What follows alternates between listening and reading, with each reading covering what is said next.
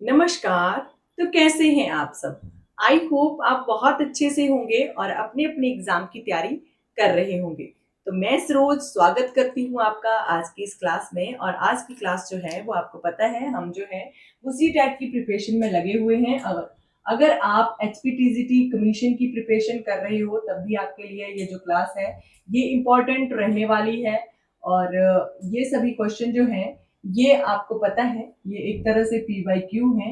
और ये सभी क्वेश्चन जीके और एसएसटी से रिलेटेड जो है वो रहने वाले हैं। एसएसटी में ये जियोग्राफी, पॉलिटी और हिस्ट्री से रिलेटेड कुछ क्वेश्चन जो है वो रहने वाले हैं। एक दो क्वेश्चन करंट अफेयर के भी हो सकते हैं बीच में।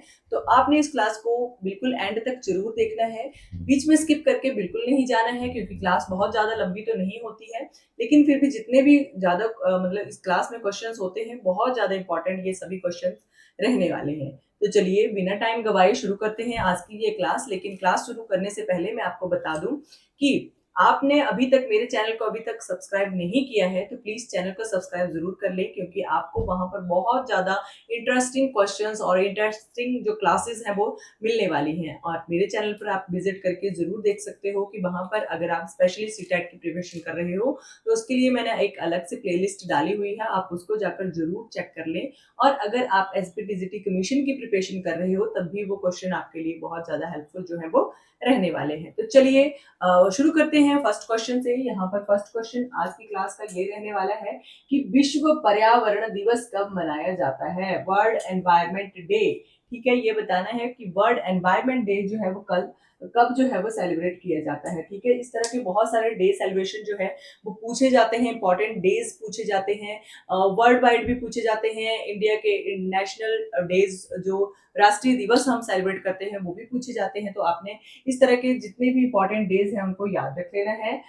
ये जो इन्वायरमेंट डे है ये हम 5 जून को मनाते हैं। इसी तरह से एक दिवस जो है वो इसी मंथ में सेलिब्रेट हुआ है, बहुत मेन डे था वो था शिक्षक दिवस।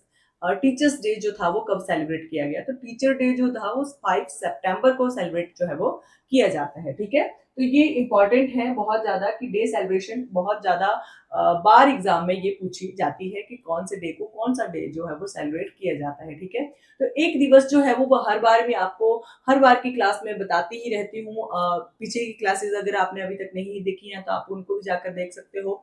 तो मैं एक डे जो है वो हर बार बताती हूँ आपको कि एक दिवस है प्रवासी दिवस। तो प्रवासी दिवस कब मनाया जाता है? प्रवासी दिवस मनाया जाता है 9 दिसंबर को, सॉरी 9 जनवरी को। 9 जनवरी को क्यों मनाया जाता है? क्योंकि उस दिन जो है वो महात्मा गांधी 1915 को भारत वापस लौटे थे दक्षिण अफ्रीका से। ठीक है, तो 9 जनवरी को मनाया जाता है प्रवासी दिवस। ठीक है, तो ये भी आपने याद रखना है। नेक्स्ट क्वेश्चन है कि धारा 370 क्या है?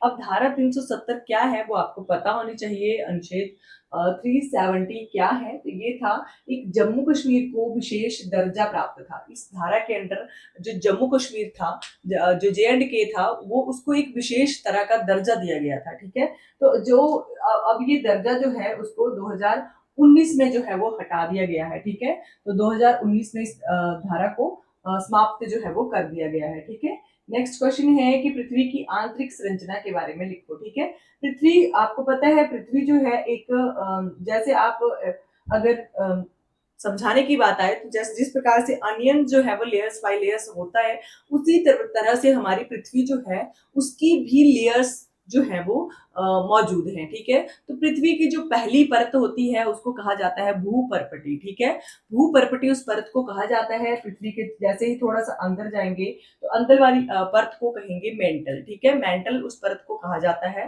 नेक्स्ट परत है क्रोड। ठीक है, जो तीसरी अंदर सबसे अंदर वाली परत है पृथ्वी की उसको क्रोड कहा जाता है। ठीक है, तो ये सभी परतें आपने याद रखनी है, ये से रिलेटेड ये क्वेश्चन था।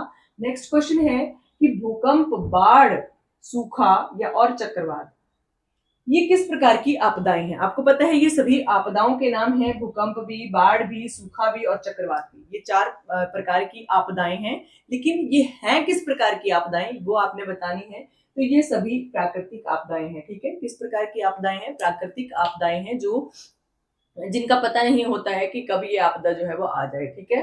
तो भूकंप जो है वो भी एक प्राकृतिक आपदा है, बाढ़ भी एक प्राकृतिक आपदा है, उसी तरह से सूखा भी एक प्राकृतिक आपदा है, चक्रवात एक प्राकृतिक आपदा है और ये सभी जो हैं ये एक तरह से प्राकृतिक आपदाएँ हैं। जैसे कि आपको पता है अभी हिमाचल में बहुत ज़्यादा बारिशें जो थी वो हो रही थी, तो उन बारिशों के कारण जो है वो बहुत ज़्यादा जगह पे बहुत ज़्यादा नुकसान हुआ है, जैसे भूस्खलन का होना, उसी तरह से जो एक लैंडस्लाइडिंग भूस्खलन जिसको हम कहते हैं वो हुआ, एक बाढ़ जो है वो उसका जो सामना है वो हिमाचल को करना पड़ रहा है। बहुत ज़्यादा जो नुकसान है वो बाढ़ से हुआ है, ठीक है? तो ये एक प्राकृतिक आपदा है, ठीक है?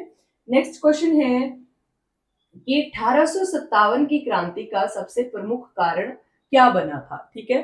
1857 की क्रांति जो थी उसके बहुत सारे कारण थे।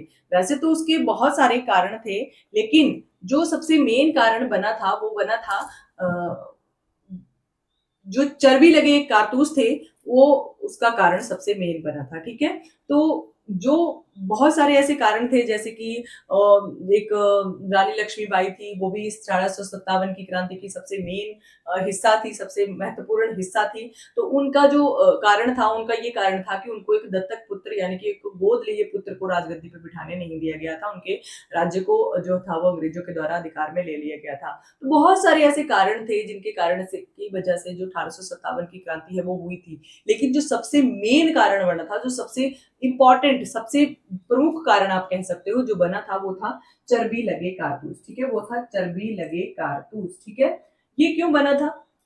क्योंकि आपको पता है जो मंगल पांडे नाम का एक सैनिक था वो एक रेजिमेंट थी 34वीं रेजिमेंट, उसमें वो सैनिक जो था उसमें एक शोर मतलब आपस में एक शोर मचता हुआ आया कि सैनिकों के बीच में कि एक भगदड़ मचती हुई आई कि जो ये आप लोगों को कारतूस दिए जाते हैं इनमें या तो सुअर का या फिर गाय का मांस जो है वो लगा होता है और उन उन जो हथियार थे उन जो कारतूस थे उनको जो था इन सैनिकों को मुंह के साथ खोलना पड़ता था, ठीक है? तो जो मंगल पांडे नाम का एक सैनिक था उसने इस कारतूस को मुंह के साथ खोलने से मना कर दिया था, तो यही सबसे बड़ा कारण जो था वो बना था, ठीक है? जो 1857 की क्रांति है या विद्रोह है उसको एक सैनिक विद्रोह का नाम भी दिया गया है, ठीक है? स्वतंत्रता की प्रथम संग्राम का नाम भी दिया गया है, एक सैनिक विद्रोह का नाम दिया गया है और सबसे जो मेन एक स्वतंत्रता के लिए लड़ी गई लड़ाई ये सबसे प्रमुख थी, ठीक है? सबसे पहली स्वतंत्रता के लिए लड़ी गई ये लड़ाई थी, ठीक है?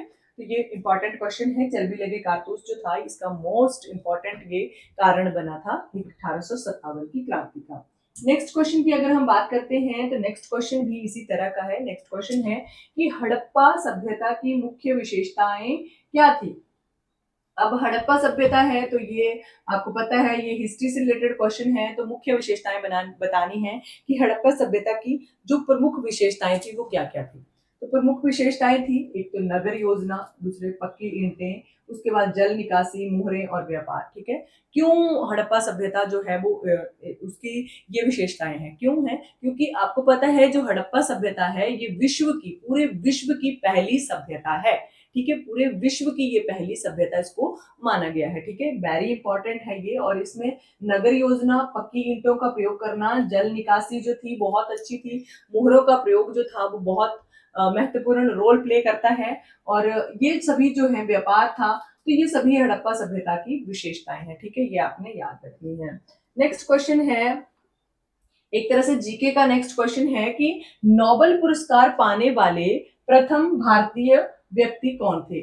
नोबेल पुरस्कार पाने वाले पहले भारतीय व्यक्ति कौन थे? तो वो थे रविंद्रनाथ टैगोर जी, ठीक है? कौन थे? रविंद्रनाथ टैगोर जी, जो कि गीतांजलि के लिए इनको ये पुरस्कार मिला था नोबेल पुरस्कार और 1913 में ये पुरस्कार उनको प्राप्त हुआ था, ठीक है? 1913 में उनको ये पुरस्कार दिया गया था गीतांजलि के लिए और ये जो रविंद्रनाथ टैगोर हैं इनको जनगण मन के ये रचयिता हैं, ठीक है?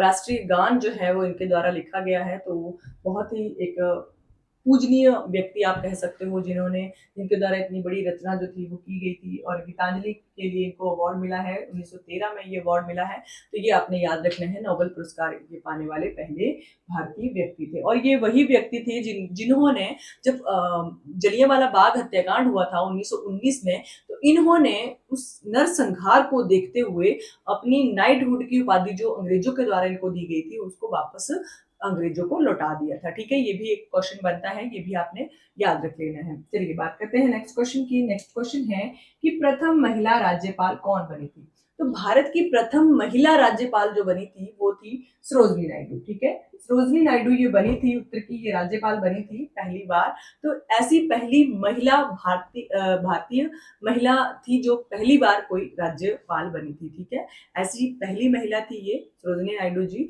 जो पहली बार भारत की राज्यपाल जो थी वो बनी थी। ठीक है, सरोजनी नायडू, उत्तर प्रदेश। ठीक है, ये आपने याद रखना है। नेक्स्ट क्वेश्चन है नेक्स्ट क्वेश्चन है कि संविधान में भारतीय नागरिकों को कितने मौलिक अधिकार प्राप्त हैं?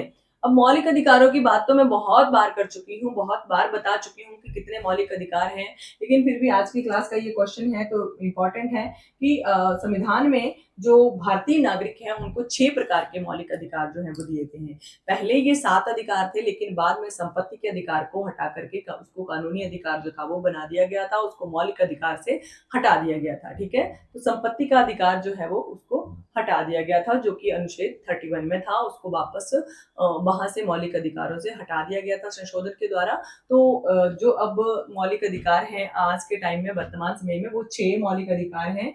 और ये भी क्वेश्चन पूछा जा सकता है कि ये कौन से संविधान के कौन से भाग में वर्णित हैं? तो ये संविधान के भाग 3 में वर्णित हैं। और कौन से अनुच्छेद से लेकर कौन से अनुच्छेद तक मौलिक अधिकारों का वर्णन है? तो वो है अनुच्छेद 12 से लेकर अनुच्छेद 35 तक जो है वो मौलिक अधिकारों का वर्णन हमें दिखाई देता है संविधान में। ठीक है, तो ये भी इंपॉर्टेंट है बहुत ज्यादा, ये भी आपने याद रख लेना है कि कौन से अनुच्छेद से कौन से अनुच्छेद तक जो है वो मौलिक अधिकार है भारतीय संविधान में। तो वो है अनुच्छेद नंबर 12 से लेकर अनुच्छेद नंबर 35 तक, और ये भाग 3 में मौजूद है। ठीक है, चलिए बात करते हैं नेक्स्ट क्वेश्चन की। नेक्स्ट क्वेश्चन भी इंपॉर्टेंट है, पॉलिटी से रिलेटेड ये क्वेश्चन है कि पंचायती राज व्यवस्था की 3 स्तरीय संरचना क्या होती है? ठीक है, पंचायती राज प्रणाली जो है उसकी 3 स्तरीय संरचना आपको पता है होती है। तो वो क्या होती है? सबसे पहले आती है ग्राम पंचायत, उसके बाद आती है ब्लॉक समिति, उसके बाद आता है जिला परिषद। ठीक है, सबसे पहले ग्राम पंचायत, ठीक है, उसके बाद ब्लॉक समिति होती है, और उसके बाद आता है जिला परिषद। ठीक है, तो ये आपने याद रखना है, 3 स्तरीय पंचायती राज प्रणाली ये कही जा सकती है। चलिए बात करते हैं नेक्स्ट क्वेश्चन की। वेरी इंपॉर्टेंट क्वेश्चन है और बहुत बहुत बहुत ज्यादा इंपॉर्टेंट है, क्योंकि इससे 2-3 क्वेश्चन जो है वो बन जाते हैं। चलिए मैं आपको बताती हूँ कि क्या क्या क्वेश्चन बनेंगे। तो ये क्वेश्चन नंबर जो पूछा गया है हमसे, वो पूछा गया है कि गांधी जी के प्रमुख आंदोलन कौन कौन से थे? स्वतंत्रता के लिए आपको पता है गांधी जी ने बहुत ज्यादा जो संघर्ष है वो किया था, एक शांतिपूर्ण तरीके से। वो एक अहिंसा के विरोधी थे। ठीक है, तो इनके द्वारा जो था वो बहुत सारे आंदोलन जो थे वो किए गए थे। तो मेन आंदोलन जो इनके थे वो थे असहयोग आंदोलन, जो कि किया गया था 1920 में। ठीक है, 1920 में असहयोग आंदोलन जो था वो किया गया था। इसको 1922 में चौरी चौरी घटना के बाद इनके द्वारा वापस ले लिया गया था। उसके बाद आता है सविनय अवज्ञा आंदोलन। सविनय अवज्ञा आंदोलन जो था एक तरह से नमक कानून भी इसको, या दांडी कानून मार्च भी इसको कहा जाता है। ठीक है, ये 1930 में इनके द्वारा किया गया था। भारत छोड़ो आंदोलन 1942 में। ये सबसे मेन जो आंदोलन किया गया था महात्मा गांधी जी के द्वारा वो यही था। सन 1942 में ये आंदोलन जो था वो महात्मा गांधी जी के द्वारा किया गया था, वो था भारत छोड़ो आंदोलन। और मैं पिछली क्लास में भी शायद आपको बता चुकी हूँ कि भारत छोड़ो आंदोलन एक ऐसा आंदोलन था जिसमें गांधी जी के द्वारा एक नारा दिया गया था, और वो नारा था जो बहुत बार पूछा जाता है कि कौन से आंदोलन में दिया गया था, वो था करो या मरो का नारा। डू एंड डाई का नारा जो था वो महात्मा गांधी जी के द्वारा इस आंदोलन, भारत छोड़ो आंदोलन में जो था वो दिया गया था। ठीक है, ये मोस्ट इंपॉर्टेंट क्वेश्चन है, इसको आपने याद रखना है। और मेन इनके आंदोलन जो है, असहयोग आंदोलन था, सविनय अवज्ञा आंदोलन था, भारत छोड़ो आंदोलन था, ये सभी आपने याद जो है वो रख लेने हैं। नेक्स्ट क्वेश्चन बनता है कि सुंदरबन डेल्टा जो है ये किसे कहा जाता है? तो सुंदरबन डेल्टा जो है गंगा ब्रह्मपुत्र डेल्टा जो है उसको कहा जाता है। गंगा ब्रह्मपुत्र के बीच का जो स्थल है वह उसको सुंदरबन डेल्टा जो है वो कहा जाता है। ये विश्व का सबसे बड़ा डेल्टा है, ठीक है। पूरे विश्व का ये सबसे बड़ा डेल्टा जो है ये गंगा और ब्रह्मपुत्र नदियों के बीच का एरिया है, ठीक है। नेक्स्ट क्वेश्चन है कि साइमन कमीशन जो है ये भारत कब आया था? हिस्ट्री से रिलेटेड ये क्वेश्चन है। तो ये क्वेश्चन पूछा गया है कि साइमन कमीशन भारत कब आया था? तो साइमन कमीशन जो है 1927 में ये भारत आया था, ठीक है। 1927 में ये भारत आया था, 1927 में ये भारत आया था। और इस जो साइमन भारत जब आए थे तो इनका बहुत ज्यादा विरोध किया गया था, जगह जगह काली झंडियों के साथ इनका स्वागत किया गया था। इनको साइमन गो बैक के नारे जो थे वो जगह जगह पे लगाए गए थे। साइमन गो बैक के नारे की साइमन वापस जाओ के नारे जो थे वो लगाए गए थे। और ये वही कमीशन था जिस कमीशन का विरोध प्रदर्शन के दौरान जो था वो लाला लाजपत राय, जिनको पंजाब केसरी के नाम से भी जाना जाता है, उनकी जो थी वो लाठियां बरसाकर इनकी जो थी वो मृत्यु कर दी गई थी, या उनको उनको जो था वो मृत्यु को प्राप्त हो गए थे, ठीक है। लाला लाजपत राय की मृत्यु साइमन कमीशन का विरोध प्रदर्शन करते टाइम ही इनकी जो थी वो लाठियों के साथ जो थी इतनी ज्यादा पिटाई की गई थी कि उनकी जो थी वो मृत्यु हो गई थी। लाला लाजपत राय वही हैं जो जिनको पंजाब केसरी के नाम से भी जाना जाता है, और वो भारतीय राष्ट्रीय कांग्रेस के गरम दल के प्रमुख नेताओं में से एक थे, ठीक है। ये इंपॉर्टेंट है, ये आपने याद रख लेना है। चलिए बात करते हैं नेक्स्ट क्वेश्चन की। तो नेक्स्ट क्वेश्चन है कि संविधान दिवस कब मनाया जाता है? तो संविधान दिवस जो है 26 नवंबर को मनाया जाता है, ठीक है। 26 नवंबर को कॉन्स्टिट्यूशनल डे जो है वो मनाया जाता है। क्यों मनाया जाता है 26 नवंबर को? क्योंकि संविधान तो हमारा 26 जनवरी को लागू हुआ था, तो 26 नवंबर को क्यों मनाया जाता है संविधान दिवस? उसका कारण ये था कि हमारा संविधान जो था उसको बनने में 2 वर्ष 11 महीने 18 दिन का समय लगा था। और 26 नवंबर एक ऐसा दिन था जिस दिन हमारा संविधान जो था वो बनकर तैयार हो गया था, ठीक है। हमारा संविधान 26 नवंबर को बनकर तैयार हो गया था, लेकिन उसको इम्प्लीमेंट नहीं किया गया था, उसको लागू नहीं किया गया था। उसको लागू करने के लिए 26 जनवरी वाला दिन ही चुना गया था, जिस दिन हमारा भारत देश जो है वो गणतंत्र बन गया था, ठीक है। तो 26 नवंबर को भारत का संविधान जो है वो बनकर तैयार हो गया था। कुछ एक जो अनुच्छेद थे या प्रावधान थे उनको उसी टाइम इम्प्लीमेंट कर दिया गया था। बाकी बहुत सारे जो अनुच्छेद थे, बहुत सारे जो प्रावधान थे उनको 26 नवंबर को पूरी तरह से संविधान को लागू कर दिया गया था। ये आपने याद रखना है। 26 नवंबर का दिन जो है कॉन्स्टिट्यूशनल डे जो है वो सेलिब्रेट किया जाता है, ठीक है। चलिए बात करते हैं नेक्स्ट क्वेश्चन की। हिस्ट्री से रिलेटेड क्वेश्चन आ रहा है कि किस काल को स्वर्णिम या स्वर्ण युग का नाम जो है वो दिया गया है? तो किस काल को स्वर्ण युग का नाम दिया गया है? वो है गुप्त काल, ठीक है। गुप्त काल को स्वर्ण युग का नाम जो है वो दिया गया है। और गुप्त काल को ही क्यों दिया गया है? क्योंकि इस काल में चाहे आप किसी भी फील्ड का नाम ले लो, उस हर फील्ड का जो सबसे ज्यादा जो विकास हुआ है वो इसी काल में हुआ है, ठीक है। एक साहित्य का आप नाम ले लो, कला का नाम ले लो, एक गणित का नाम आप ले लो, कि हर फील्ड में जो है सबसे ज्यादा जो विकास हुआ है वो स्वर्ण युग गुप्त काल के दौरान ही हुआ है, इसलिए इसको स्वर्ण काल जो है वो कहा जाता है, ठीक है। ये इंपॉर्टेंट है क्वेश्चन, बहुत ज्यादा बार ये क्वेश्चन जो है वो पूछा गया है एग्जाम में। तो चलिए बात करते हैं आज की क्लास के लास्ट क्वेश्चन की। और लास्ट क्वेश्चन जो है इंपॉर्टेंट क्वेश्चन है कि संविधान में नीति निर्देशक तत्व कहाँ से आए हैं? आपको पता है, और मैं बहुत बार बता चुकी हूँ कि भारत का संविधान एक बहुत विस्तृत और बहुत विशाल संविधान है और पूरी तरह से ये लिखित संविधान है।